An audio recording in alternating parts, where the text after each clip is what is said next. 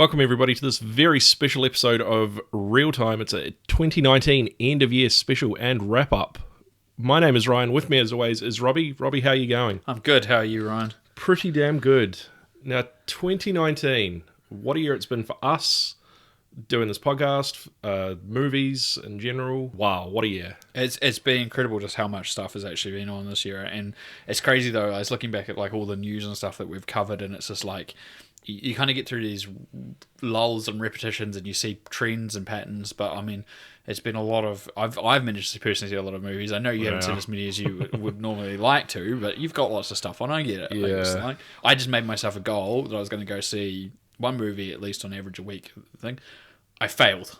One movie, sure. Oh, really? Yeah, 51 out of 52. Wow, that's excluding the movie marathon as No, well. that is excluding the movie marathon. If you include the movie marathon, I definitely you'd smashed it. Like, it was more than in general. More than 50. Wow. But I had 51 out of 50. It technically was like 52 weeks in a day, so it was like a 53rd week, basically. So, yeah, I got 51. So, it's so close. I could have made that effort to go see it something last week, but with work and everything, I was kind of busy. And I still managed to see stuff like right after New Year's. Like, I saw stuff straight away. So, within the 12-month period, I actually did see 52 in 53 weeks, basically. But so are you going to do the same thing this year? Or no. No. Okay, fair enough. I thought you'd try and actually beat that this year. I've still seen a lot of movies already this year. I think I could do it, but I think I need to. I think the bigger issue for me, and this is having just before recording this, digging through my DVD collection, like trying to resort everything.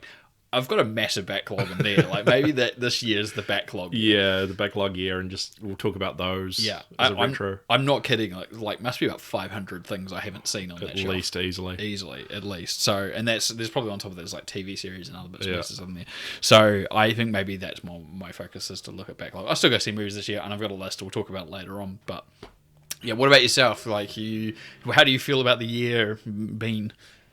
I think for me personally, I probably definitely, as you said, could have gone and seen more, but with work getting in the way and, just feeling so drained from that and all that. But I'll probably definitely this year, it'll probably be the reverse. I'll probably try and go and see more movies this year. Probably not as many as you, but maybe you should split the difference and go see 26. Yeah, 26, like once every That's on average every fortnight. Yeah. So split the difference. It's a pay week. I'll do that. Yeah. That'll be my goal. Go to Cheap Tuesday. Whatever. Exactly. Cheap Tuesday. Yeah. Or Wednesday at the Academy, or that's $5 Wednesdays at the Academy, or whatever. Go see what happens. It's always possible. But yeah, get more reason for you take Anne and go date nights. Go see some movies. We haven't done that for a while. So yeah. Sorry, Anne. Yeah. I love you. So more reason to go do that, and you guys go see some stuff. I know she's got long hours too, so I can totally understand that. I think it's been dominated potentially by Disney this year. I think it's a pretty obvious thing, and we'll come to that later on. I think we've both decided we should have kind of three topics to kind of talk about. Ironically, we did this independently, and we've come back with two of us. The two of the topics being very similar. Yeah. One of them being very much the same, one kind of on the same tangent, and then one kind of random one each. But it's so clearly the big dominating news of this year, more than anything else. But it's been interesting too, because there's been so many sequels, so many originals. The Oscars coming up is quite an interesting take. I mean, Joker's leading nominations with 11, which I never thought I'd ever see. And we'll talk about that in our next proper episode. Exactly. For the first year as well. Exactly. So it's kind of like, it's pretty crazy that this year's kind of gone the way it has. I don't think I would have predicted any things that have kind of happened to have happened. It's been one of those very unusual years in cinema. Yeah, we'll touch more on the Disney dominance of the year. I mean, it's just the giant powerhouse. It's just unstoppable at this point. I mean, they've just bought up Fox, and they also own Marvel and Lucasfilm, and they've taken a controlling stake in Hulu in the States, and it's just they've launched Disney Plus, and they've made it was 1/3 of all box office, not including the Fox stuff last year in the United States, closer to $14 billion, as we predicted it would be, kind of closer to the end of the year after Star Wars came out. It's just insane. Yeah, like not just that, but it's like, what else are they looking at buying? Like, are they going to buy up, like other studios? Is it going to be the end of that? Like, just all studios, just one encompassing studio that produces everything with sub studios? It'd be horrible to do that. There's no impetus to make different stuff. The interesting thing is how long can this be sustainable? It just can't be. Like, Disney obviously wants to continue to be profitable to an extreme degree, and will continue to make piles of money, but there needs to be other studios doing okay. And I mean, it takes me back to the whole Spider-Man thing. Like when everyone was like, "Oh, Sony needs to give Marvel back its Spider-Man rights." Yeah. Disney doesn't need everything back. Like they've obviously got a working relationship. Like let's just like, oh my god, Yeah. defending the giant company. That's a great way to attack people. Eh? Like I just can't fathom how this has happened.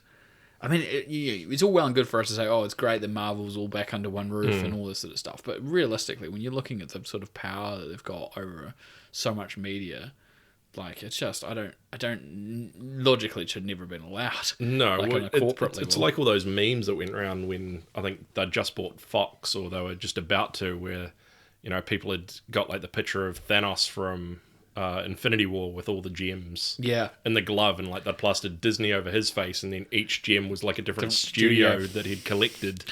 So it's like there's just no stopping them, really. Snap their fingers. Yeah, exactly. It's like, here's a whole bunch of money. Take it. We're gonna click away half your money. Yeah, exactly. Pretty much would be the truth by the end of the year. As I said, it was like 40%, including Fox, I think. Almost half the money. God, I imagine people would have been making that joke if it actually had been half. Like Disney dominates by taking half of all your money. Yeah. Well, it could go that way, to be fair. Well, it could in future years. I mean, the thing is as well, like it's one of those things with one thing's led to another. Obviously, like the acquisition of Marvel was obviously one thing. The acquisition of Lucasfilm and like, pushing that through so fast in order to get Star Wars films out. It's kind of all coalesced into this chaos of a year where everything that was all kind of brewing up, it all finally met in one point. And then that was happened to be the same year Disney decided they're going to launch their own digital service because they went, well, why not? Yeah. Let's get a finger in that pie as well. Exactly. It causes. We've talked about this in previous years. More specifically, I have that it causes a problem with like the problems are caused to film creation. Basically, that Disney has so much dominance and so much money to be able to spend on what it wants to spend that the middle ground type of movies just don't get made. And the problem with that is that we just don't get the variety, and we end up with very much a risk of too much of the same thing. And I think that, ironically, is also both where we've both talked about is the superhero saturation, like how much of one particular thing you can get. Yeah. And to when people are sick of it. And it's not to say that there aren't other films out there. There definitely are lots of other films being made. But you worry that once someone has too much control over everything, that they can very much control the slate. I talked about it in the last episode that we did about the John Wick thing, for example. Like Lionsgate has John Wick, and then they're coming up against Warner Brothers with Matrix, and it's like one of those is more of a powerhouse. And so one of them's got to yield. Yeah, it's going to could spend more money. Like that's the problem with it. Disney could just abolish anyone. So if anyone gets in the way of their release dates, that's it. You're going to step out of the way. You've got to. If you're Paramount or Universal, you're not going to, unless you've got something you know is going to make it. Like Universal's got Fast and Furious. Sure, Fast and Furious 9 probably is going to be okay against something from Disney, but for the most part, most of those things that they're going to release, probably not. Yeah. It's like putting a mouse up against like an elephant. Yeah. Disney's the elephant and every other studio's the mouse. You're going to move. Yeah. Well, you hope so, unless the elephant gets scared, Yeah. It really happens, though, or is it an urban myth? No, I don't know. Didn't they test this on Yeah, we tested this on Mythbusters, but we digress. We'll move on to something else. But that's diverging. I think that's the point, though, like the superheroes thing, like how far can you go with these? Like, I remember Spielberg, it must have been like several years ago, it was like superhero movies will be like westerns eventually, but they'll go out of fashion because they just do something else to come along. It's been 20 years. It hasn't happened yet. It's probably not going to happen this year either. Yeah. This year, as we predict, it's more likely to be a DC year. It's going to be a very messy few years anyway. And I think this dominance of Disney is going to be very tested by the future of Disney Plus shows and the future of Marvel. Yeah, I definitely think on the whole superhero saturation thing, like we've talked previously and we've just mentioned it now, like the past 20 years since 99's X-Men. 2000, but even Blade in 98 kind of was the start of it, like, it wasn't treated like a comic book movie, but it really was in that genre wheelhouse of like what X-Men and Spider-Man ended up being. Came into, But it's like, and then, when Disney bought Marvel and started the MCU, it's like, yes, okay, a couple of superhero movies or comic book movies every few years is fine, but I think with the Marvel ones, is that too many too soon sort of thing over the last 10, 12 years or so. It's only going to get more so. We've talked about this as well. It's going to be like 4 a year. A year. And that's not even including DC or anyone else, or Sony or anyone else coming up with their ones. So you're going to get these gluts. And this is my problem. It's not even just superheroes, just the more prevalent thing. But there are these sorts of gluts of everything. When people come out to a bunch of sequels to a bunch of things, all in one particular year, there are... The literal truth is that people won't go see everything. Yeah. So not everything can survive. Or they're less inclined to go see something because of previous experience over... Like Terminator was a perfect example of this last year, where it was actually a pretty good movie. It was better than Genesis, but it made less because people were disappointed with that. So and they're didn't like, think I'm not going to go see it's this. a new one, exactly. And it caused it so that it failed. Some things on failures are very obvious, for very obvious reasons. Sometimes you just can't predict what's going to be successful or not, It just kind of works. I would assume that most of the people in the marketing industry in America for films want to belie the idea that they're perfectly smart and they always know how the movies are going to go. But sometimes I think there's a bit of dumb luck to it too. Yeah. Something just blows up that nobody expected to. It definitely is a gamble, especially with a multi-million-dollar movies these days. With what is it, like 9 figures that they do it for like hundreds of millions of dollars now? Oh yeah. And it's a big gamble. You could spend that much money and then it probably doesn't even make half that back, like in profit. So it's like, I don't know. It's a weird one. It's like, do they really think they know what they're doing? Because I mean, there's lots of stuff that just becomes dark horses when they come out. Very it's much like, be made for very little, but then it'll make like twice, 3 times as much as it was made for, and everyone's like, where the hell did that come from? But this is the thing, I think that's part of the problem, is that we used to have to go around and people would spend modest budgets, anywhere between 10 and say $80 million on a moderately budgeted or big scale film. Like the budget on an 80 million was more to do because you had some big payday cast, but the scale of the actual movie production might be only like 40 or 50 million, and your 10 millions might be like an unknown cast. But then these things blow up and they makes a hell of a lot of profit, and that used to be the sustainable market for a studio. You put out a lot of films and you hope that a small group of them make a good amount of money so that they can fund making more films.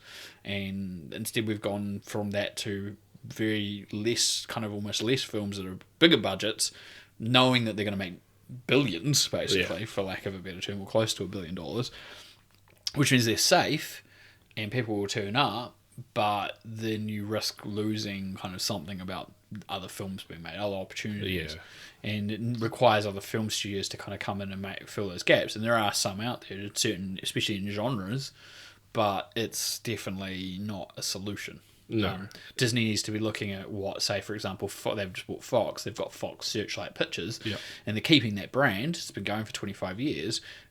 That reason why Fox had a Searchlight brand was to basically fund independent or unique films. Yeah. So Disney needs to keep that going if they want to create other opportunities other than just your Aladdins and your Lion Kings. Yeah, and your they need to keep Iron Man sequels and your whatever else. Yeah, they need to keep it interesting for the little man, effectively, who's probably, or woman, I won't be sexist here, there's the little, no, I can't say little person either, because oh, shit.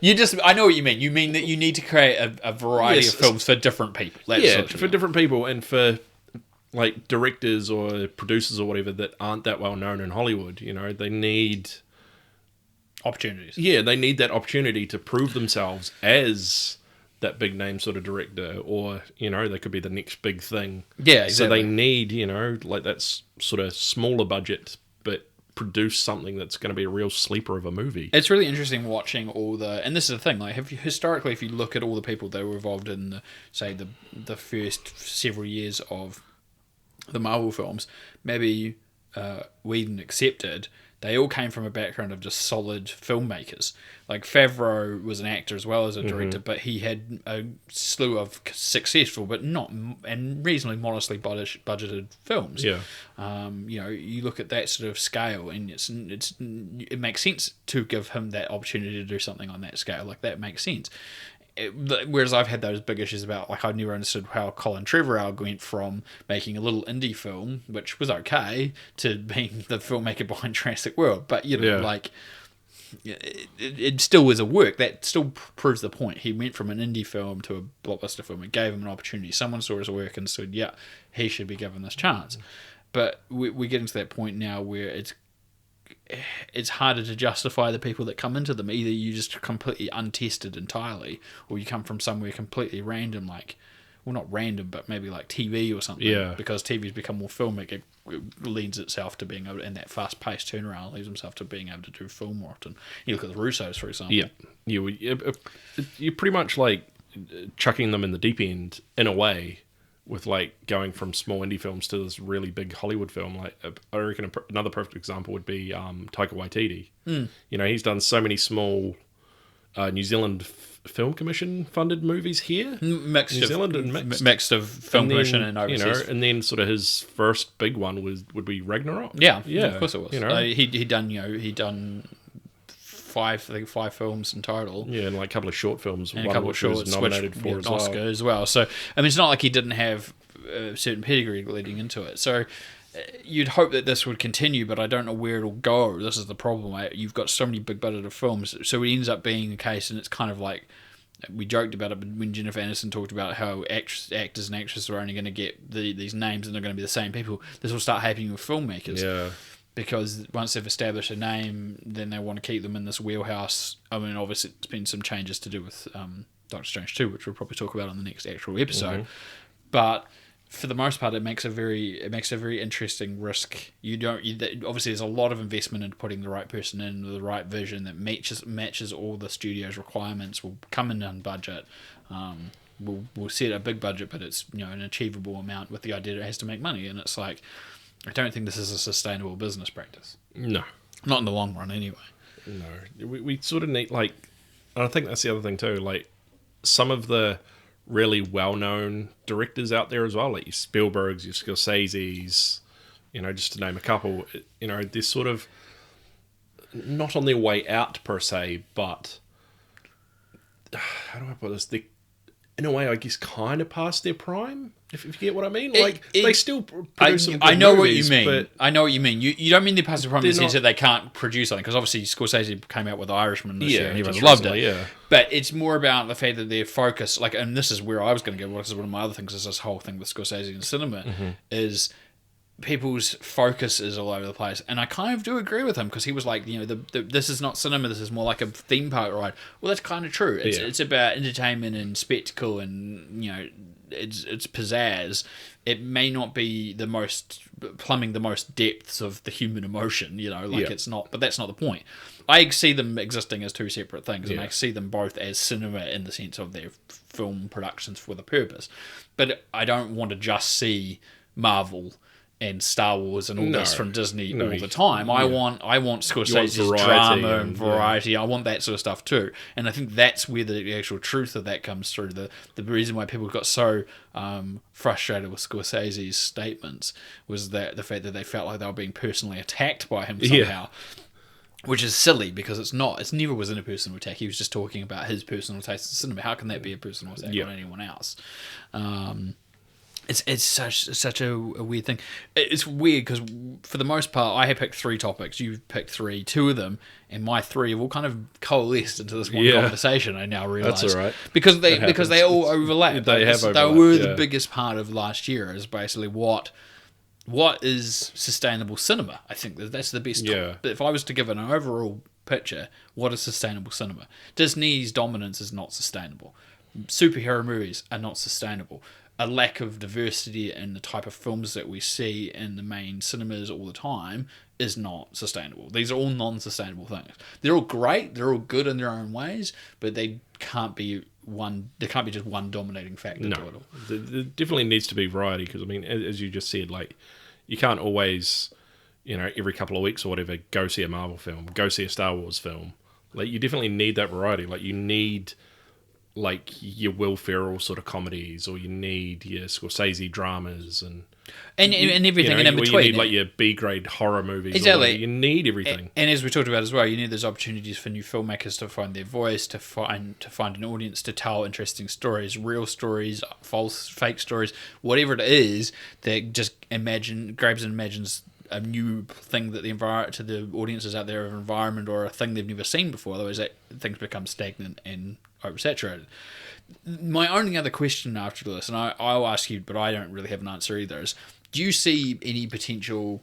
Like, we obviously talked about superhero movies being such a dominant thing. I don't see anything replacing them right now. Like, it's really hard. There's nothing I can't see that's coming through that's going, right, that's going to be the next thing. Like, if I went... Look at it this way. So, if the 70s was your new wave, kind of, like, gritty realism leading into the blockbuster era, and your 80s was, like, probably, like, action heroes and sci-fi, but very tactile. They're all very tactile. And 90s was your post-Die Hard action and your sci-fi and your visual effects spectacles coming through. 2000 since has basically been superheroes. I want to be like it's a bit disingenuous, but for the most part, it's a dominant reign that's lasted a lot longer than anything in the decades beforehand. But I don't see what's coming through behind it. I don't see what's happening next, and that's interesting to me. Is this part of the control that, say, a big thing like Disney has, or is it just the way that the way we've globalized and all the international markets are just as important? And like we see, if something doesn't do very well in the States, it might still do really well overseas, in China and Europe and here in New Zealand and Australia and all that sort of stuff. So what do you I've kind of bylined myself, but what do you see? Do you see anything that could potentially be the next thing? I think that's the $1 million question. Like, for me personally, I don't see anything that could go, you know what, I could actually do with seeing those for like the next 10 years or something, you know, 10, 12 years. But I just think at this point in time, we're just, I guess not really lack of a better term, but we're just sort of stuck on superhero movies, and this could be it.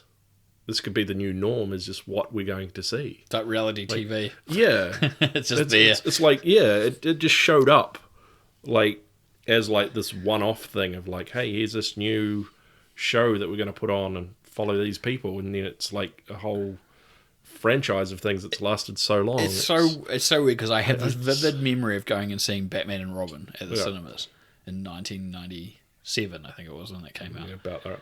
And I remember coming out of that going, ugh, ugh, what a terrible film. I was like, well, there goes superhero films. Yeah. Like, they're only starting to gain some sort of respectable traction over the last decade, and we've lasted, was it 8 or 9 years since Tim Burton's Batman? And if you really wanted to, it's like 20 years since Superman. Yeah. But like, there wasn't like a big glut of actual respectable superhero movies during the 80s. No. Well, this is what I was talking about earlier. Like, if we had superhero movies every 2, maybe 3 years, I'd probably be fine with that.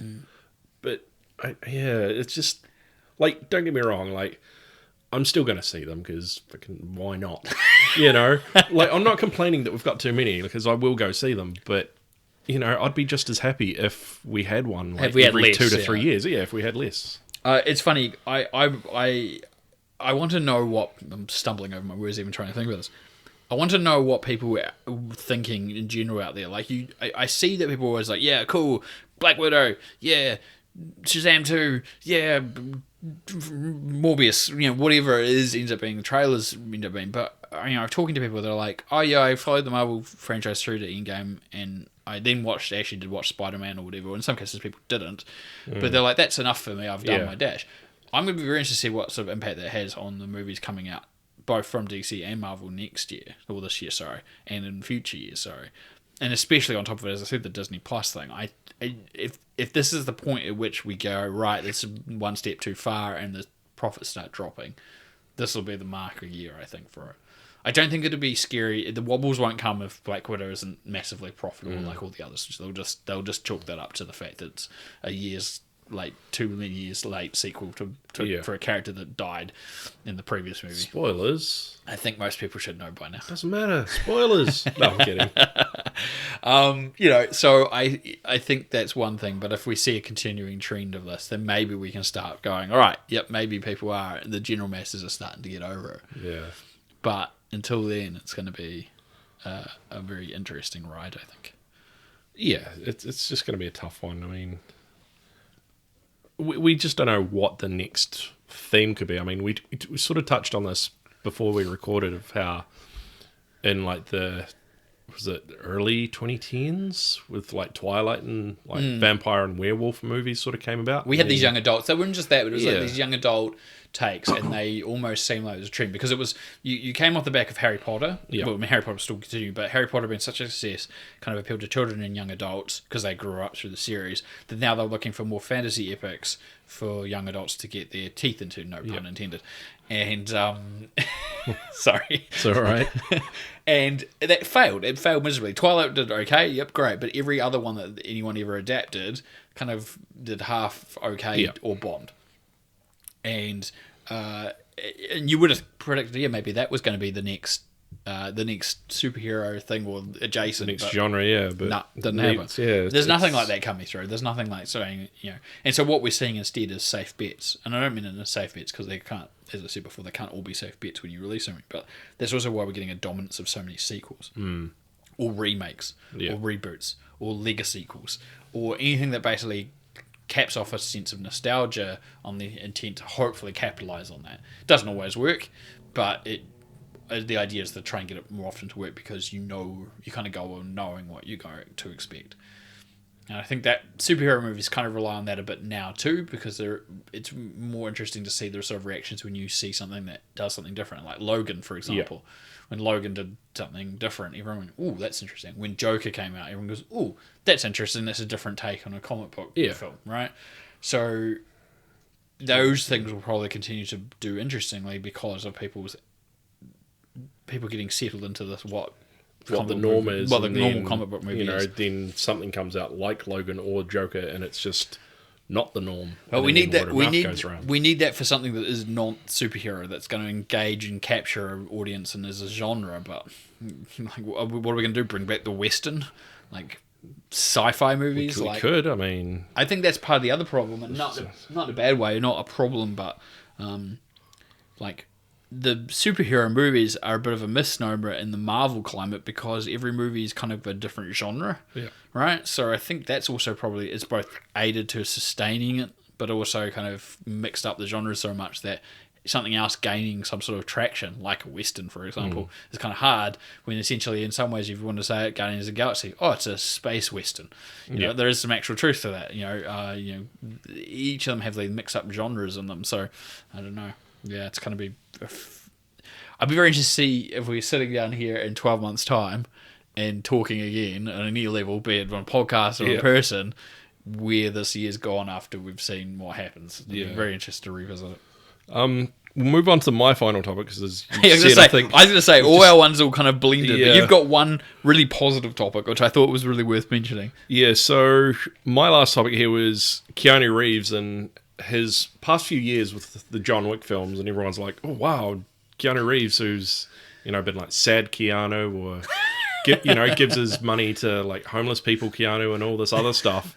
He's just sort of, I guess you could kind of call it a career resurgence. Yeah, I mean that's why they were calling it the Keanu-sance, because it's a renaissance of Keanu. Thank you. I mean, he came back with John Wick 1 and 2, and of course last year was 3.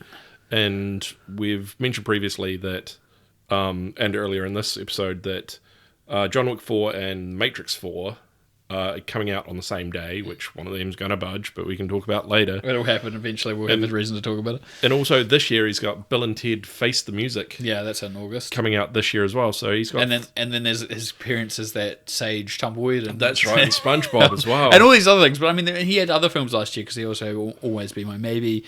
There's a Cyberpunk thing coming out this year, which obviously gained a lot of traction publicly, just happened to hit at the right time. It's really nice to see collectively the internet enjoying the popularity of one person to this level. Yeah.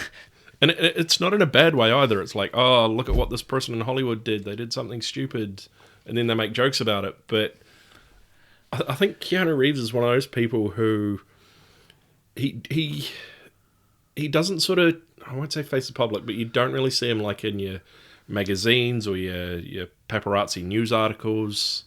As doing a bad thing. I was talking to someone the other day about this, and there's a joke. If you remember this, you have to see if you remember this. Do you remember at the end of Bill and Ted's Bogus Journey, and they've got the fake magazine covers? and newspapers and stuff right then. Okay, so one of the magazines in that is this magazine that was a US magazine called Spy, and it was like a gossip magazine. Yeah. And it just says, Bill and Ted, we have nothing bad to say about them.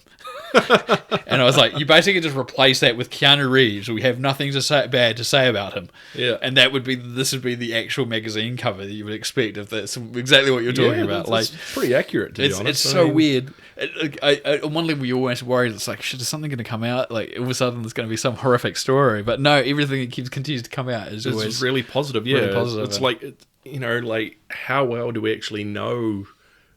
Like, not to say that, he could be doing something dodgy and bad, like, underground or something, but I doubt it. This is the thing. He doesn't seem like that type of person. He seems very down to earth, and people who actually work with him always describe him as such. Very, very nice and pleasant to deal with and down to earth. The crew he worked with on The Matrix, he brought like all the stunt guys like motorcycles, to like say thank you for like all their hard work. Like, that's crazy. Like, nobody would do that. No. Like Keanu Reeves does that. Yeah. Like this is the crazy thing. He made that Man of Tai Chi movie because the guy that he'd worked with on The Matrix as well, Tiger Chen, he just thought he was so amazing that he needed a movie where he was the main actor, and Keanu gave him the main role and then acted against him as the bad guy. Like, like, how awesome is that? Yeah. Like, people just don't, movie stars don't go out of the way to do these sorts of things normally, and I think that's part of it. I think this is almost like a karma thing. Like, he's put all this good positive stuff out there, and it's coming back to him over time. Like, I definitely think that's where Hollywood should take an example from. Like, don't, be all like hide away in your multi-million-dollar mansion with your 4 Ferraris and Porsches. Go sit in a public bench and eat a sandwich and roast some pigeons. Exactly. Like, get on a train with some regular people on a flight. Give the little old lady your seat because, you're nice like that. I don't know, like Hollywood, sort your shit out. Like, stop being up yourself and pricks. I honestly, and this is not hyperbolic at all, but honestly, when the few people that I would actually ever want to meet in my entire life would be Keanu Reeves, just because he seems like such an awesome guy. Yeah. And I'm not just saying that because we're talking about, it's always one of those things. He just seems so, so just a genuinely nice guy that I'm sure he's genuinely very pleasant to everyone he ever meets. Yeah, I see. On that note, I reckon if he ever came here to Armageddon, that we've gone to a few times, like, they always have signing times between like 2.5 hour periods. Mm-hmm. I reckon he would stay there for much longer, just because he wouldn't want to let people down. It wouldn't.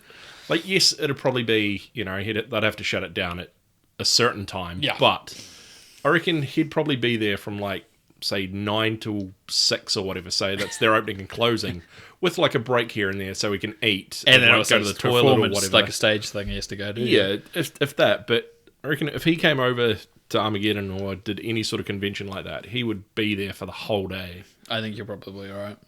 Well, I'm looking forward to more Keanu. That's basically what I was going to say. I'm looking forward to Bill and Ted's Face the Music, definitely anyway. But just the fact that it's come off the back of this, and even if you think it looks weird that he doesn't have his beard, get me started. Wait until I see that trailer. It's just because like the past few years, like we've just used to him with a beard. Maybe the stills make it look worse, and it'll be fine in motion. It's possible, yeah. Sometimes that sort of thing happens. But anyway, this is the only one thing that Ryan's got negative to say about Keanu is he looks weird now without his beard. Because we're so grown accustomed to it. I wonder what's going to look. He's going to look, and then he's going to have short hair and no beard, probably in the Matrix as well. Yeah, see, that'll probably be fine because it's the character style, but it depends on how he's going to appear in the Matrix. Because spoilers, he died in the last one. Damn it! Sorry to give away the funny ending. I said spoilers. So if people didn't, he didn't really give much of a pause. Was that long enough? You see, I'm sure you can re-edit that back. Yeah, I'll re-edit the pause. The spoilers. Pause. Yeah. He died in the last one. Yeah, see, there you go. Problem so did Trinity, by the way. Oh, see, where was the pause and spoiler? We've already made a spoiler beforehand. I don't need to continue to re-spoiler another spoiler once you've already made the spoiler warning. But then she's back too, so yeah. Who knows? Anyway, we should move on. So we've been thinking about the movies that we saw this year. Ryan obviously is a bit of a disadvantage of this because he saw several dozen of these movies tonight. But we've both come up with 5. We'll start with a short list though. I've made a short list of a few. I haven't seen one of these. I also just realised I've put Mocky. Did you see this? Yes, I did see that. Yes, the Lego Mocky. That's right. It's my own creation. In Evil, I don't know. 2, yeah. Yeah, sorry, that's what MOC is in a Lego. Yeah, I remember that. It's quite funny they put that with Lego. Maybe it did that. Maybe I did write movie and it changed it because I don't know. Anyway, so we made a list of films that we both enjoyed. We're going to go back and forth and talk about them, but we'll talk about the short list ones because we come with 3 that we were kind of outside our 5 first. The first of these is Rocket Man.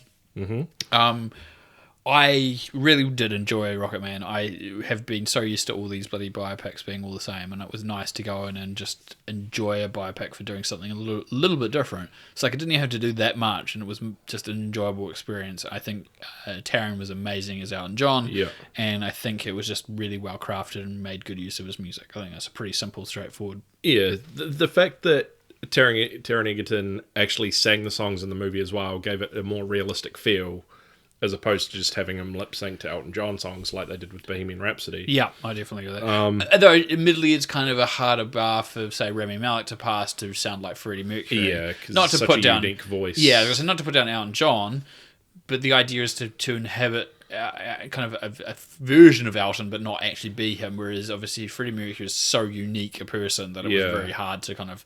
The look was perfect for Rami Malek. I think he was the perfect choice, and the look and the performance and the way he carried himself was very much Freddie. But getting him to match that voice would be almost near impossible because I don't think anyone could match that voice. No, but yeah, I definitely think using a lot of the Elton John songs to progress the story as well without. Because some biopics, they sort of just go, oh, hey, here's that movie that they wrote at this time of their life.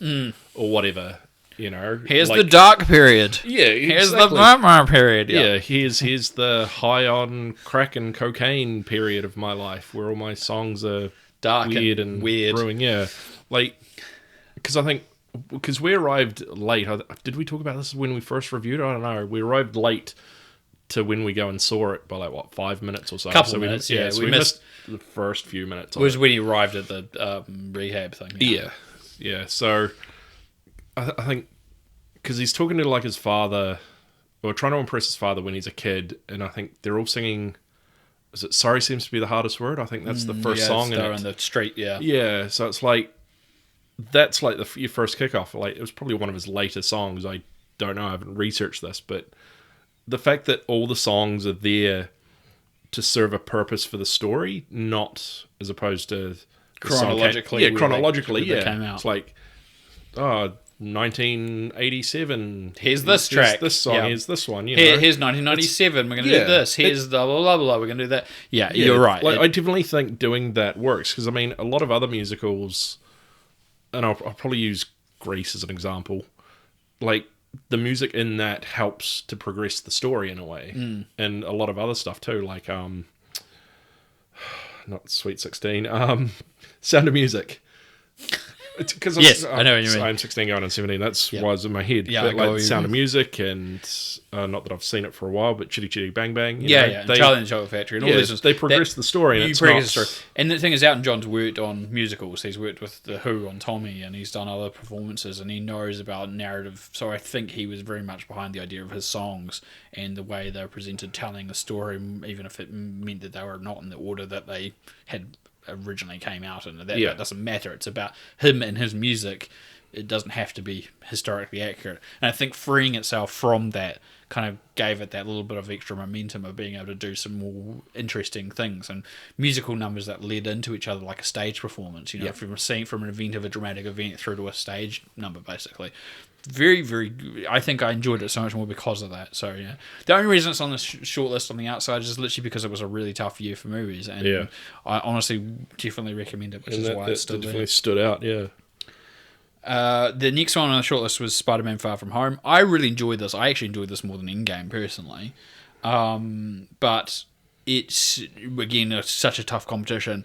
But I just felt that it was nice, and again it was unique. We've just spent like, I don't know, 20 minutes talking about Disney and the corruption of having too many of its films. And obviously this is a Sony production, but it has to fit in the MCU. And yeah, it had its own flavour. It had its own take. I liked the villain.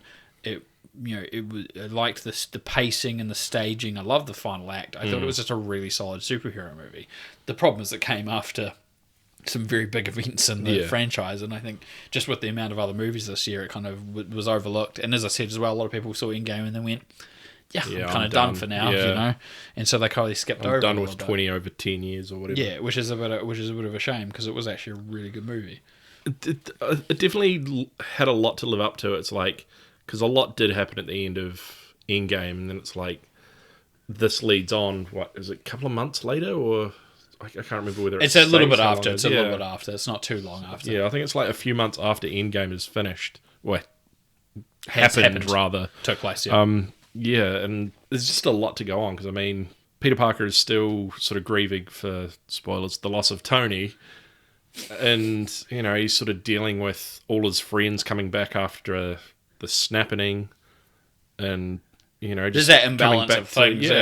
So it's like him himself has got so much going on personally within his personal life and I guess his outside life. It's like so much for someone to handle. I had one really annoying thing that I realised months after I saw it, which was, so you saw the world during Endgame where like half the population disappeared and the place is not very well looked after because we don't have the population thing.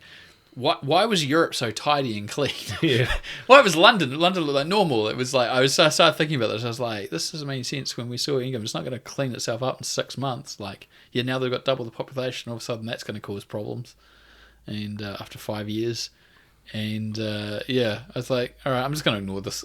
There's probably one oversight that they didn't think about. Yeah, so there's lots of things. No one will question this. Let's just do it. Let's just do it, right? Yeah. It's all about Peter and his connection to Tony and people finding out who Spider-Man is. Yeah. Yeah. See, I never thought about that until you've just mentioned it. But no, it came to me like months later because I think that's it. I enjoyed the movie so much on its surface value while enjoying it, and as I said, as an actual movie, it was very enjoyable. I thought it was very well thought out. All this sort of stuff that only was it months later. I kind of went, it was kind of weird now that I think about that. Oh well, who cares? Yeah, I'll let you talk about Lego Movie 2 because I still haven't properly seen it. I've seen the first half hour. And I meant to go sit down and rewatch it, and I haven't. To rewatch the first half hour and watch the rest of it. And I enjoyed what I'd seen so far, so I can't put it on my short list. Yeah, so I enjoyed what I saw, but I'll let you talk about it. I probably should have rewatched this before I've re-reviewed it, I guess. But I think I can still remember enough of it. As far as it goes, I definitely think it was a good follow-up to it, to the first movie. From, if you remember, the end of it has the Duplo characters. Coming from the planet Duplo, saying, "We are from the planet Duplo. We're here to destroy you." And it's supposed to be Finn, the boy's sister, coming down because now that Will Ferrell's dad has allowed Finn to come down, he's allowed the sister to come down. So Duplo goes to shit. So it pretty much starts off there again. Like, it starts off at the end of the first movie, immediately picks up, and then there's a little bit of a tussle between the Duplo and our heroes from the first movie, and then there's a 5-year break of just goes 5 years in the future. 5-year thing, eh? Yeah, I guess it's because when that came out in the animation. I guess the good thing is I don't know about the daughter, but they got the original boy back who played Finn. Yeah, so they got him back. So that's a nice little touch there. And yeah, just throughout the whole thing, like, I kept thought it was going to go one way, that a certain character, which I can't say because you haven't seen it, sort of spoil it for you, was going to end up being this, but it wasn't. And I was like, all right. So I definitely need to sit down. I'll make sure I sit down. It's a good surprise for me. I'll make sure I sit down in the coming weeks and actually do it. I'll ding myself. Like, I didn't tell you, but I put dings in I did actually put dings in the last episode, so I'll ding myself for this one. All right, good. There was a double ding in there somewhere, I think, because both of us hadn't seen something, but I've now seen that. Oh, Quiet Place. I've seen Quiet Place now. Yeah. So. I as far as sequels go, I definitely think it was a good sequel, but it's one of those sequels that wasn't as good as the original. Yeah, if that makes sense. Yeah, so it was a hard bar to pass. Yeah. Like, I think the first one, it just sort of, I won't say blew away everyone's expectations, but it did really well for itself, and this it still in a way kind of lived up to it, but didn't surpass it. Like, it wasn't a Terminator 2, it wasn't an Empire Strikes Back. But it was still a solid sequel. Yeah, it was still a solid sequel. Yeah, fair enough. All right, so we should move on to our top 5 each, although there's a bit of crossover with one of them, which we'll get to eventually. I'll let you start if you want to start with one, and then I'll Yep, go all right. opposite, and then I'll crack off with the most recent film was Star Wars, Rise of Skywalker. Yep. Now, for me, personally, I've probably mentioned this to death. And people that, I don't know, either friends of mine that are listening to this or whatever, that probably know me personally, know that I love Star Wars.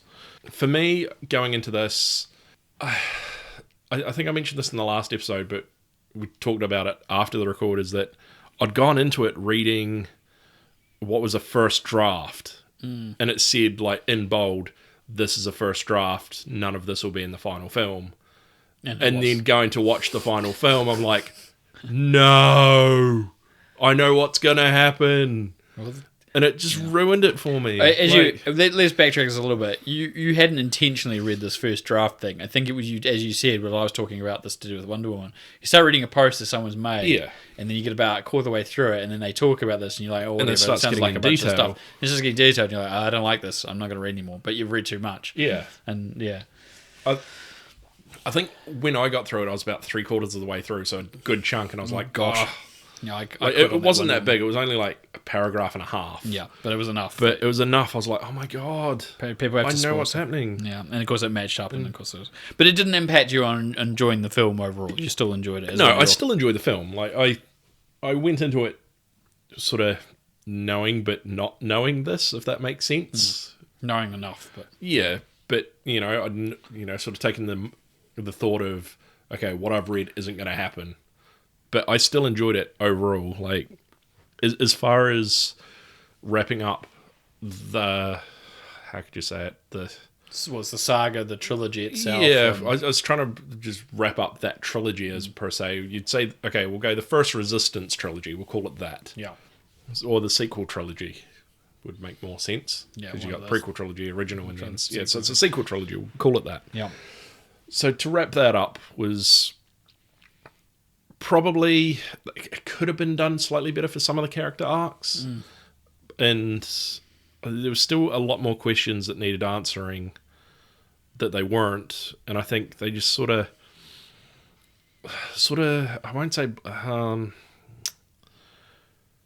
they sort of just went too big too soon with it. Like, but I think I've established the idea that I think they rushed into this whole franchise series, this trilogy, very quickly, and I think they didn't, not having an overall arc of where they wanted the trilogy to go really was to its own detriment.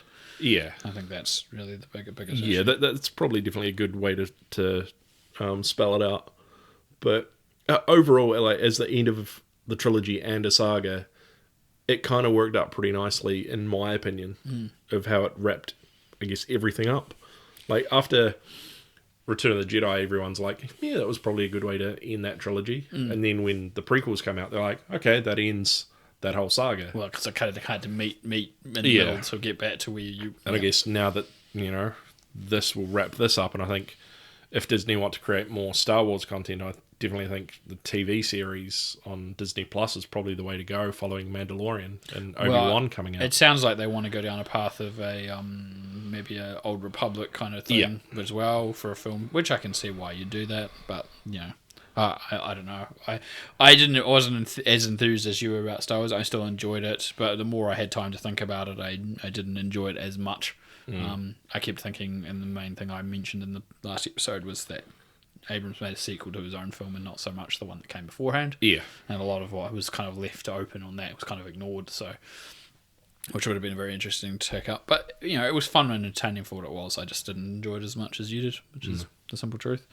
My first pick of the 5 was Spider-Man Into the Spider-Verse. I don't know if it was the first movie I saw last year for the year. Yeah. And it stuck with me the whole year. It was a real pleasant surprise. I really did not expect to enjoy it as much as I did. I thought it was clever. I loved the in-jokes. I loved the animation style was absolutely stunning. It was just a really clever and fun and well thought out movie. I think it's going to kind of fall in that Lego movie concept, what you just talked about, which is when they make a second one, it'll be probably good, but it probably just won't be as fresh and original as the original was.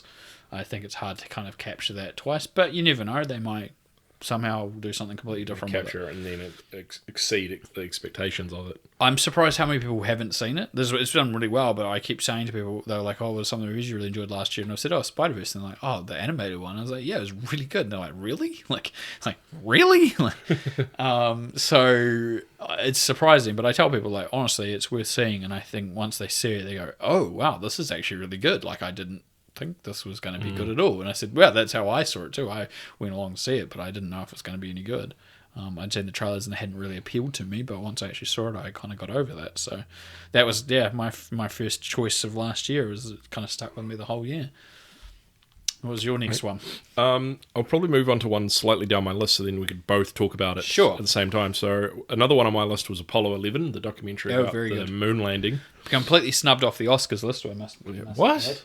Do you know this? It's not on the documentary list. So most people would consider it the shoe-in for the documentary of last year. Not even in the nominations. So wow. Yeah, was it Golden Globe nominated? I can't remember that either. Or BAFTA maybe? I can't remember. I need to look it up. But it was definitely snubbed off the Oscars. I put it on my list as well, and totally understandable. It is a spectacular piece of production work. Oh, for sure. Hundreds of thousands of audio hours. I can't remember how much. 65mm footage, all put together. Extra footage. And it's done without any interviews or extra narration. It's all from the audio and the original source, and it tells a story. It's absolutely stunning. It's pretty much, if you haven't seen it, it's pretty much real-time footage over the course of, a week or two? There's 2 weeks. Leading up to Apollo 11 going to the moon. And returning. And returning. And it's just... Yeah, like, as Robbie said, there's no narrative to it apart from what you're actually seeing. Nobody comes in and tells the story. Well, this is what we did, and blah, blah, blah. It's all in the story. It's all told through pictures and the audio from recorded at the time. Yeah, it's not an atypical documentary where you'd have two people sitting opposite each other like we are, talking, asking questions. It's just what's been captured tells the story, and it just works. And the one thing that still baffles my mind, and I applaud, is I don't know if they were together or they'd been separated, but the video files that have been filmed and all the audio files... Oh, they were completely separate. So for someone to find those and match them up, I applaud you, sir or ma'am. There were hundreds and hundreds of hours of audio recording. So everything that went through the control rooms, I watched some of the making of now. The audio that went through all the control rooms is all recorded separately. They had to keep them for any particular reviews or if it was a disaster or anything like that. So they're all recorded, and then people were just going around and filming people at various points when it was important. And so it seems like they just matched those bits of audio together. Yeah. And like these days with movies, like you've got a clapperboard, so audio technicians can look at it and go, okay, we're using this take. Yeah. And that's how they match it. They find the spike on the audio recording, audio recording, and that's how you match it. And like with that, there wasn't. No, it was just what they were filming. And they've got it down to the T too. Like, it's perfectly. I want to know how finicky they were to get that. I need to find some more. To match so perfectly. I'll try and find some more stuff for you. It looks like they've filmed it like today, sort of. I'll try and find you some more of the behind the scenes stuff and send it to you, because I went through and I looked at it. I had a bit of a run because I went and saw, and something to talk about the next podcast, but I had something else I just saw that I'll talk about in the next episode that I had to look up. As soon as I saw it, I was like, how do they do this? So it's kind of those things, whenever I see something in a movie like that, I'm always going to go look it up. Can't recommend it enough, to be honest. No. And I'm still, much like you. Your reaction was exactly my reaction. What? It's not nominated? Ugh. That's just insane. I guess I have to jump over mine because it's kind of one of each, really, isn't it? My next one on my list, aside from Apollo 11, which was also my list, was John Wick 3. Mm-hmm. I just really enjoyed it. There was bits where it was a little bit overlong. Definitely could do with that dog sequence being probably a little bit shorter. But for the most part, it had some really nice twists, some amazing action sequences. Honestly, I think that the first 20 minutes of that movie is like just bonkers. Like there's the library book fight, and then there's the fight in the armory thing with all the knives, and then like that goes to like him getting surgery, and then all of a sudden then he's on a horse, Yeah, and he's kicking people with a horse. Yeah, because he slaps it on the ass, doesn't he? Yeah, He and then it kicks the guy, and he does that a couple of times, and then he's like, guys with motorcycles, and it just doesn't end. Yeah, it just was one, and but then the plot revelations are really good and continue to build the world, and it's so nice to see that the world continues to slightly unravel, and we don't think we've seen it all yet, and it's really, really good. And again, some of the sequences are a little bit overlong, and I feel like they could be cut back. Visually became a little bit repetitive in certain areas, but I just still applaud the craft behind it all. And as we were talking about with Keanu Reeves before, he's just committed to that role so much, and he said as much. He's willing to keep making them as long as people want to keep seeing them. That's damn impressive, to be honest. So, I mean, what is it? He's pushing 60 now, is he? Or is he's not that old. He's like mid-50s, I think. Yeah. So he still looks relatively young as well. He's kind of like the older Paul Rudd. I feel like he doesn't age. Yeah, he's got right to a point and stopped aging. Yeah. It was interesting because I saw an article. I wasn't going to mention about this on the next podcast, so I won't talk about it now. But there was an article about Will Smith talking about Tom Cruise. Yeah, and he was talking about when he was doing Bad Boys, trying to do his stunts, and he kind of had more of appreciation. I was like, I should say the same about Keanu Reeves, man. Like. Yeah. He may not do this straightforward crazy stuff that Tom Cruise does, but he does a hell of a lot of his own stunt choreography work. Yeah, he's really into it. I mean, I think any behind-the-scenes footage you can find of The Matrix, I think he had a broken neck or something, and he was still doing the Smith fight scene. Yeah, he's injured his neck with Hugo a neck brace. Weaving. Yeah. Although I think they all had, actually, because they were going so hard out, they all hurt themselves. They all had like pads and protective stuff on. Yeah, just because they're just going hard out. Yeah, but it just shows how much of a detriment to his art he has. Definitely, I can't recommend John Wick 3 enough. For a third in a series to still be just as entertaining. Yeah, honestly, you can't be that surprised at that point. Like it's still a good movie. You know. Yeah, in a few months' time, we'll probably say that about 4. Yeah, it's about a year away. A bit away. Oh, is it? Yeah, it's not this year. Oh, is it next year? Haven't shot that. We're not that close. It's not both of those movies coming out this year. It's 2021. Yeah. So about That's right. It's because Bill and Ted's coming out this year, so I keep thinking that others are coming out. I think it's May. Is it May next year? Yeah, so both of them on the same day. Anyway, right, we'll get to that point. Yeah, we'll move on to mine. Your next one. I'll talk about Endgame for a bit. Now, as far as this goes, I think we talked about this as like a lot of people probably went and saw this and went, nah, that's me. 10 years, 20 films, I'm done. And then that's 22 films. 22, sorry. Like, for me, wrapping up the whole Avengers sort of series, because I'll just go like the 4 main Avengers films, because that's where you sort of saw Thanos more. And there's the main bulk of it.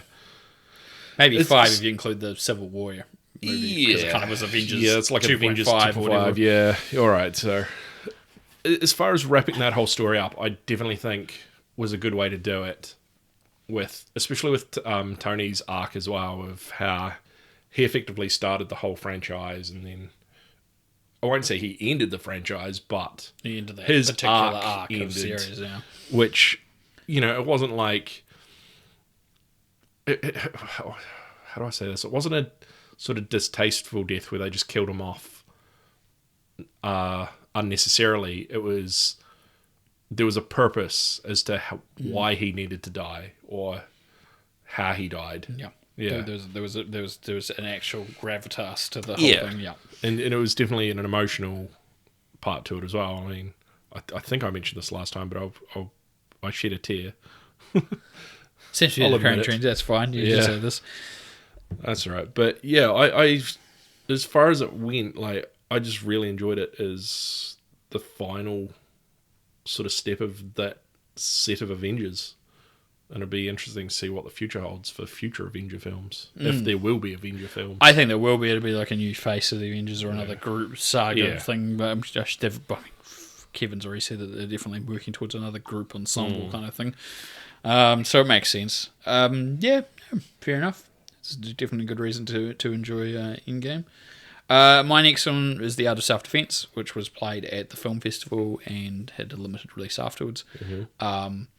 I think I raved about it at the time when I reviewed it on here as well, but honestly, I couldn't believe the movie I just saw. It was so extremely it was on one level so narratively straightforward and so very thoughtfully through line that as a normal drama it probably would have been fine, but it's got this absurdist level of comedy to it that I wasn't expecting, and the characters are all kind of weirdos on all levels, and honestly the cast is pitch perfect and I couldn't rave enough about it. Like, anyone who hasn't seen it or is thinking they want some sort of quirky weird comedy with, if you're the type of person who kind of likes your weird comedies, like your Napoleon Dynamite, you kind of like there's these weird characters and they exist in their own world. It's in that kind of wheelhouse.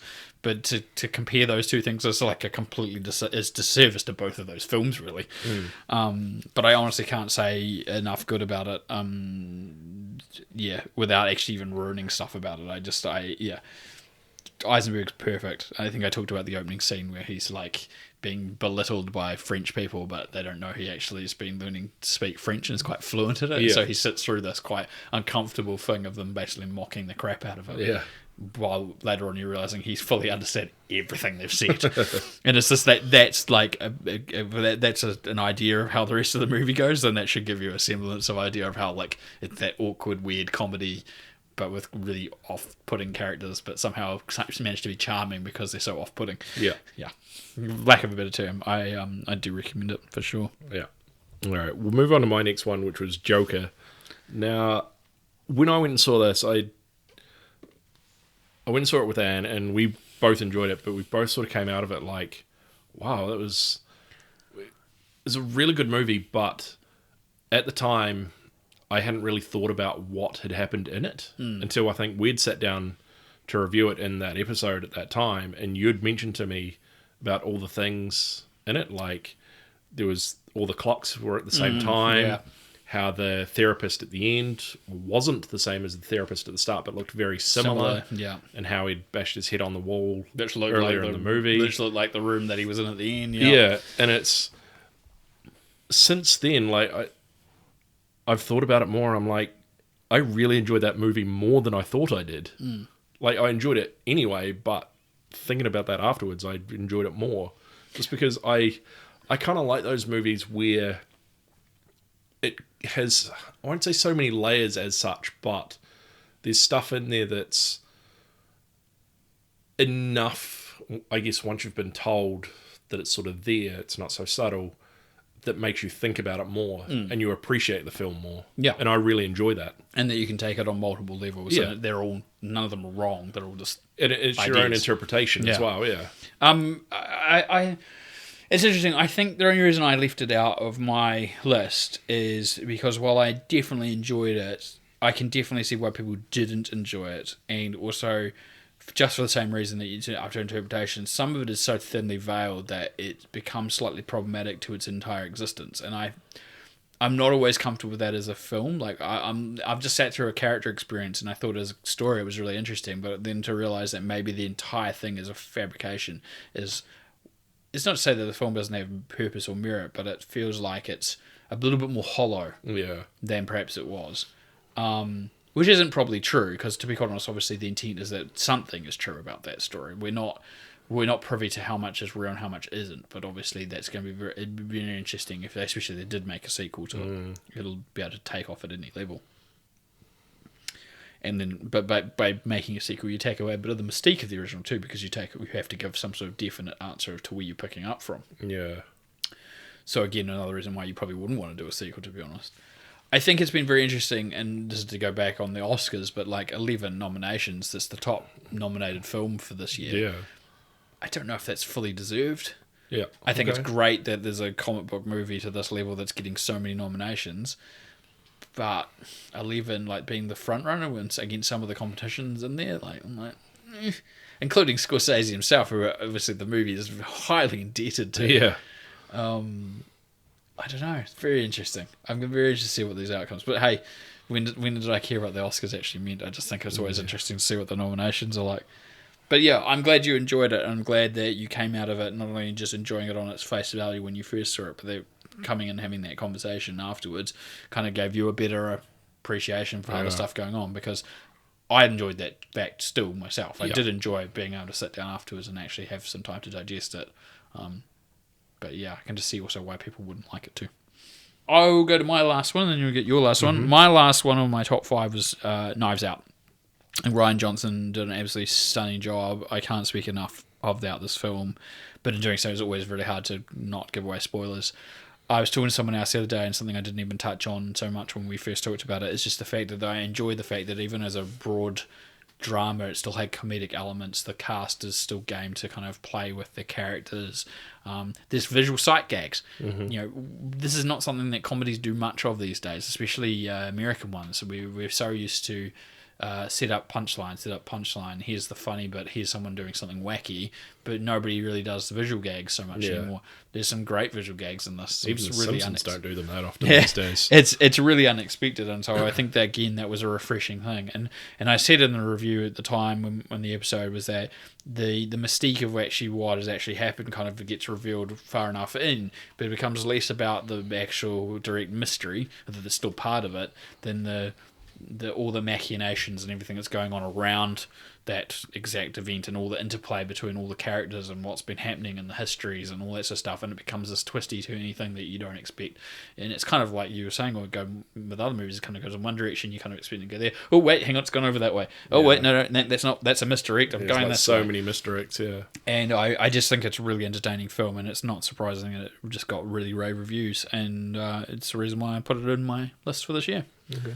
Your last one? My last one was Aquaman. Now, for me, I think we talked about this when it came out. I think this is kind of the way that the DC films should go. Because, I mean, Wonder Woman was really good as well as a standalone. And then this has come out quite well by itself as well. And then we've got Wonder Woman 1984 coming out later this year too, which we'll see about that, how that's going to stand up. I suspect it's going to fit into this overall. Yeah, I think they didn't do everything like to go from like an origin story as such, but it still kind of is. Like, it shows you him in flashbacks training with Willem Dafoe's character and eventually becoming the man who he is now, and then having the sort of Earth Atlantis relationship as well, instead of just making him this useless superhero who talks to fish, sort of thing, as he gets belittled by through, some media like Robot Chicken or Family Guy as being a useless superhero. But they actually made him superhero. They gave him merit as to actually, being a proper superhero. And I think James Wan, from I guess a background of horror movies, and that one Fast and Furious movie, was just a surprise of what he did with this. Yeah, and I think this is what goes back to what we were saying earlier of giving all these sort of small-time directors all this money for a big Hollywood film and seeing what they can do with it. Well, I mean, one had, as you said, done a Fast and Furious movie. It's not like he's not opposed to big films, but being able to do something that was outside of his usual wheelhouse was definitely something. I think I really did actually enjoy Aquaman. The more I think about it, the more I've enjoyed it. The stuff where I didn't enjoy it was just usually a particular scene, like we talked about the Venice rooftop, or Venice or whatever, the rooftop sequence. Yeah. And stuff like that, where I just went, eh. But in the scheme of things, it doesn't ruin the movie, and it was definitely went in directions I was not expecting, which was nice. And I'll be interested to see where they go forward with other films, to be honest. Yeah, I definitely. As well too, because I've recently in the past couple of months sat down with Anne and we've watched the animated Atlantis film, and it kind of felt to me how Atlantis is always this mystical city with like sort of futuristic technology and all that, and in the Disney animated film Atlantis it definitely was like that, but I think James Wan definitely showed that in his version of Atlantis and Aquaman. It was definitely futuristic. Everything's clean and chrome and shiny. And chrome, yeah. Yeah. Valhalla. No, different movie. Yeah, it was...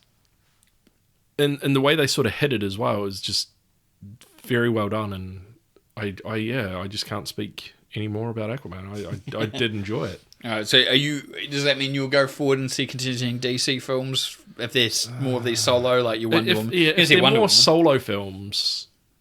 You'll then probably I probably will. Yeah. You'll definitely at least go see an Aquaman sequel, Yeah. and a Shazam sequel, and Black Adam, Yeah. and Wonder Woman 84. Yeah. Yeah, okay. Yeah, those I'll probably go see. I still need to sit down and watch Justice League. I haven't. For some reason, it's not on my recommended list for Netflix, but on PlayStation now they've done that new interface. It comes up as like a thumbnail. So I'm like, go away. I don't want to watch you yet. I'll watch you when I'm ready. So I have a Letterboxd account, and I usually make a list of things I'm going to go see, and I continue to update it over the year. I made a list for this year. You haven't thought too much about what you're going to see, but I'm going to throw some movies out that I might think you're going to go see. Top of my list, Bill and Ted Face the Music. Yep. So that's pretty straightforward. Last Night in Soho, that's Edgar Wright's next film. Okay. Ghostbusters Afterlife. Yeah, go see that. A Quiet Place Part 2, which you haven't seen the first one. Yeah, I need to see the first one. I'm definitely Although going to see that. I saw the most recent trailer for that, and I went, "Oh, that actually looks pretty good." So you've seen the trailer, but you haven't seen the first one? No. And spoilers on that trailer too. Kind of spoilers for me, but yeah. Once you go back and see the first movie, you'll kind of go, "Oh, okay." I didn't watch the trailer till after I saw the movie. No Time to Die, 007. Yep. Wonder Woman 84. Top Gun Maverick. I haven't even seen Top Gun, so what? Yeah, there's another thing. There's the remake of Candyman. There's Pixar's Soul, Free Guy, Tenet. We'll probably go see Tenet to see what that's all about. Weird movie. Hopefully come out at the end and actually understand what's going on. Wow, will we? Maybe. Jungle Cruise with Dwayne Johnson and Emily Blunt. That's right. It's another Disney park ride that's turned into a movie. The King's Man. Yeah, probably go see that. Yeah. The second Venom. There's Halloween Kills. There's The Eternals, of course. Yeah. Godzilla vs. Kong. Dune, the Dune movie, Bad Boys for Life. Birds of Prey, there's another DC movie. Go see Bad Boys. You go see Birds of Prey? It's kind of standalone more now. Yeah, I probably will. There's Fantasy Island. Oh, no. Bloodshot, the one with Vin Diesel. Yeah, that looks interesting. The Invisible Man. Onward, the other Pixar one. Mulan. The New Mutants, which is actually coming out now. Yeah. Black Widow. Fast and Furious 9. Sonic the Hedgehog. Morbius. Snake Eyes movie. Snake Eyes? Yeah. G.I. Joe, Snake Eyes. Oh. Yeah. I did not know of that. I knew it's the start of filming, so I don't know if it's actually due. It says it was due out this year, but I suspect it's probably more likely to be next year. But I could be wrong. And there's a few others in here, but without having to go, we won't go into them too much details. Oh, SpongeBob movie as well, the one that we talked about before. I don't know how well that's going to come across, but that was my probably terrible impression of SpongeBob's laugh. I'm really hopeful that the Kung Fury movie is actually going to come out this year. I don't know. Spielberg's got West Side Story coming. His second West Side Story. There's that remake of The Witches. I don't know if that's actually going to come out this year. Paul W.S. Anderson takes us back to video game world with Monster Hunter. Maybe this is out this year. The Hitman's Wife's Bodyguard, the sequel to The Hitman's Bodyguard. The sequel for Crazy Rich Asians is supposed to be out, I think, this year as well, which is like China Rich Girlfriend or whatever it is. Or, I don't know what it's called, something like that. Yeah, there's a few other things. I've got tickets to Underwater, which has just come out in the States with Kristen Stewart. So I've got tickets to that already on the 23rd. So that'll be coming in an upcoming episode, probably February. Is it going to be the only Kristen Stewart movie you see all year? You're not going to go see Charlie's Angels? Well, that came out last year. I didn't see that either. So yeah, probably. I might see that. I might see that at some point. There's quite a few things. There's a few things there jumping out at you, isn't there? Yeah, definitely the likes of Ghostbusters and Bill and Ted, like sort of the nostalgic movies. Well, this is where we were going before. Yeah, let's go for the nostalgia. Let's look at your top 5 list, for example. Let's look at the fact that 4 out of 5, I'm pretty sure, are comic book films. Can we establish this? Yeah. Well, apart from Endgame, I guess. But sorry, not Endgame. Star Wars. Oh yeah, sorry. Yeah, Star Wars does have comic books, but it's three not based comic book movies, 1 continual franchise, and Apollo 11. Yeah. So it was just it's telling of your year, and I think it's just telling of my personality, to be honest. Well, I was going to say, but it's what you've actually seen this year as well, and I think that's it. When you've a year that you've kind of said I didn't get to see you nearly as much as I normally would. Yeah. It's definitely telling what you did choose to, as of your personality, go see. Some of the things obviously very big tent poles and. Yeah, you were never not going to go see Star Wars. So. No. There's always as long as a Star Wars has been made, no matter how good and or bad it is, I'll probably still go see it and then talk about it later. And rubbish it later. No. Yeah. Or talk about it in a positive light like you did. Exactly. All right, well, since we didn't get to do it last time, we're going to end this special with a round of Films But Badly. Do you think this may be the last Films But Badly round? Do you think we're going to change to... Yeah, we've discussed changing the game. We've discussed changing it up. Do you think we haven't talked about this at all? But do you think my idea is going to work? Briefly did. Yeah. Well, we've talked about it, but I don't think we've talked about it on the actual podcast. No. Do you think that would be? I think maybe we'll bring that back and see how. It goes. We need to sit down again and actually talk about it proper, and then decide what we do for the next show. So let's say that this may be the last Films But Badly for now, anyway. But next time we do this, we'll probably bring it back. I'll actually do it with a list of films that we actually know, which would be helpful, considering how many of these you've never actually seen. Although if I use my DVD list, there's probably still plenty on there you haven't seen. There'd be a lot, I'd imagine. Yeah, there's probably stuff, as I said, there's about 500 things I haven't seen, so that's not going to help me either. Anyway, all right, so do you want to start? Yeah, I'll start. I'll find something. Oh, you need to set a stopwatch. Yep. Okay, this might work. I think I've got one. Okay. A policeman's unhealthy obsession with a young boy. Policeman's unhealthy obsession with a young boy. Ooh, jeepers.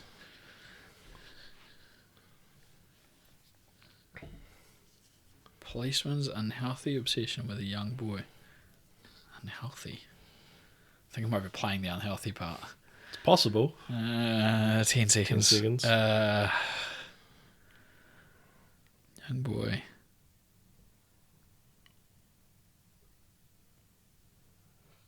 It's not Last Action Hero, is it? No. It is Terminator 2. Judgment Day. There is a policeman he's kind of a policeman. He's a robot from the future, but he looks like a policeman. Yeah, fair enough. Yep, okay. Did not get that one at all. Right, one to me. Finally! Happens once in a while. Yeah, every once in a while. Alright.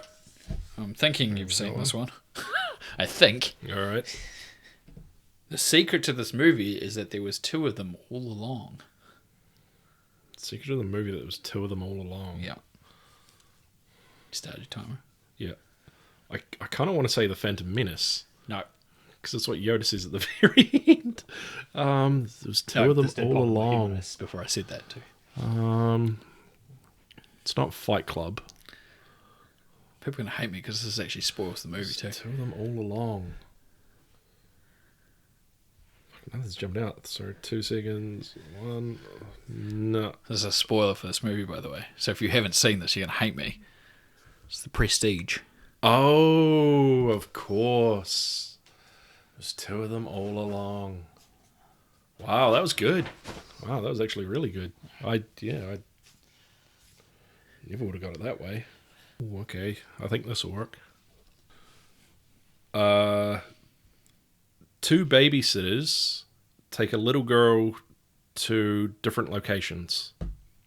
Two babysitters take a little girl to different locations. Oh, God. You've really got me this. Or show her different locations. You've really got me this one. You're doing well this week.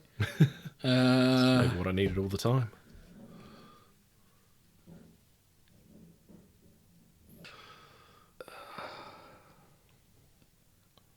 No, I've got nothing.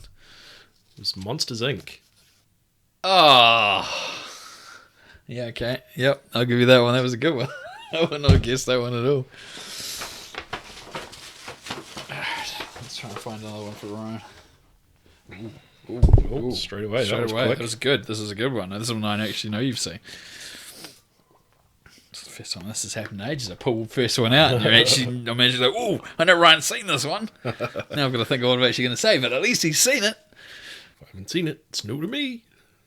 A very unique man is pushed to his limits when he finds out that he may have a biological daughter.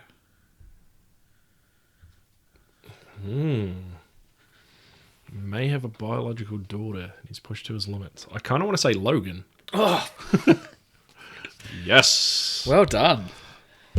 Well done. Holy shit, I was not expecting to get that from that. I had to think about that for ages. Dang. Well done. Well, very well done. Fuck, what have I been drinking? Holy crap. I'm on a roll. Granted, I didn't get the prestige, but still. Still, you've bested me in 2 and guessed 1. So you're on 3 so far. Okay. A man spends his life trying to be other people. Pretending to be other people. Pretending to be other people. Yeah, man spends his life pretending to be other people. I hope this works. Pretending to be other people. God, that could be a lot of things. 10 seconds.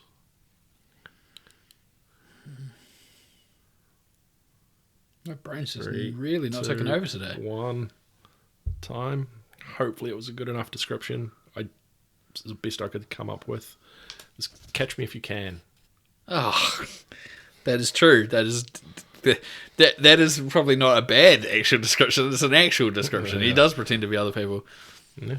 I thought way too literally. I wouldn't have guessed that. Like, I was just like, he's being other people. You're probably trying to mislead me here. But that's a literal... I think that was the right one. Jeez, you're doing really well today. I've got 4 to 1. Far out. Maybe it's because it's the last one. It's the last one. The movie gods have given me some sort of... I'm actually having an absolute mirror of a week. Okay. Unfinished Tale of Revenge. Unfinished Tale of Revenge. Is it John Wick? No. 1, 2, 3? No. That is not correct. Unfinished Tale of Revenge. I kind of want to say something like maybe The Raid? No. Is it something like that? Not The Raid. No. Unfinished Tale of Revenge. Oh, I think you might have got me with this one. 5 seconds. Unfinished Tale of Revenge.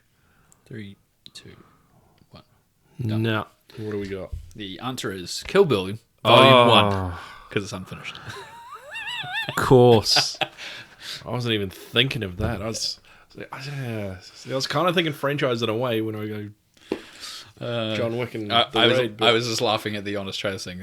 Beep, beep, beep, beep, beep, beep, beep. It was very funny.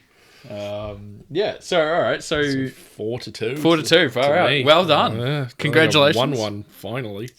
It's only taken how long? 6 months? 6, 7 months, something like that, maybe a bit longer. I can't remember how long we've been playing this for, maybe 7 months. Too long. All right, that brings about the end of this 2019 retrospective episode. Hope you've enjoyed not just this episode, but the past 12, 13? Yeah, 13 we've done, including the Avengers special. This is the 14th, technically. So well done. Yes. Hopefully you enjoyed this as well as the past ones. We've definitely passed 100 subs. I was going to say we did this last time. Hit triple figures. Triple figures. Thank you guys. Our regular episodes are getting about 30 odd downloads. So we're getting some messages and things back from people saying they're really enjoying the show. So I'm really glad that it's slowly. Tell your friends and family more. We want more. We want to hit triple figures and people that actually listen to us and download it. Posted on the church bulletin board, was that? Yeah, exactly. That last time. One of them. And on the local sports team and or cultural group. And if you're listening to us in New Zealand or Australia, posted on the Bunnings board as well. Oh, you go get a when you go snag, as well. Snag at the Bunnings. Yeah. Why is that a thing here? I thought that's just an Australian thing. I don't know. Weird. I think it's come over here. We used to have them at the warehouse. The warehouse would have right. We didn't do the Bunnings thing. We had the local community thing outside the warehouse. Yeah. It's such a divergent topic. Yeah, we're going off topic. We need to wrap this up. Yeah, exactly. But thank you again for all your support over the last year. If you joined us right near the start, thank you. If you've only just heard us recently, thank you also. You can always go back and listen to the previous episodes and listen to how we've gotten better, hopefully. Better. That first episode's probably pretty rough if we weren't being listened to it now, but anyway, that's how it is. We'd go back and listen to it. I'll try not to. But anyway, we do appreciate it all, and thank you, and continue to like, subscribe, share, and all that sort of carry on. Thank you again, Ryan, for the last year of doing this craziness, and we'll continue for the foreseeable future. Yeah, and we'll see what we go to later on. I mean, like we've talked as well, we may go to a video of this at some point, but we'll see what happens. God, the chaos. It might be too much. Might be too much of this. Yeah, we might need to get proper studio lights and makeup and a whole bunch done. Cause I need way too much makeup for that. Yeah, we've got faces for radios. Let's put it that way. You got a face for it. I've got like nothing for radio. Just kidding. Yeah, it must have something. 100 people have listened. So. Yeah, it's good. It's good. All right, thank you again. We'll catch you for episode 13. Ryan will come up with a genius. Oh no, it's 13. Sorry, I was getting myself confused. Yeah, we were 12 monkeys last time. Yeah, that's Two right. monkeys. Yeah. 13. Ryan will come up with something. There'll be something good, something clever. Hopefully. Cheers again. All right, bye. Bye.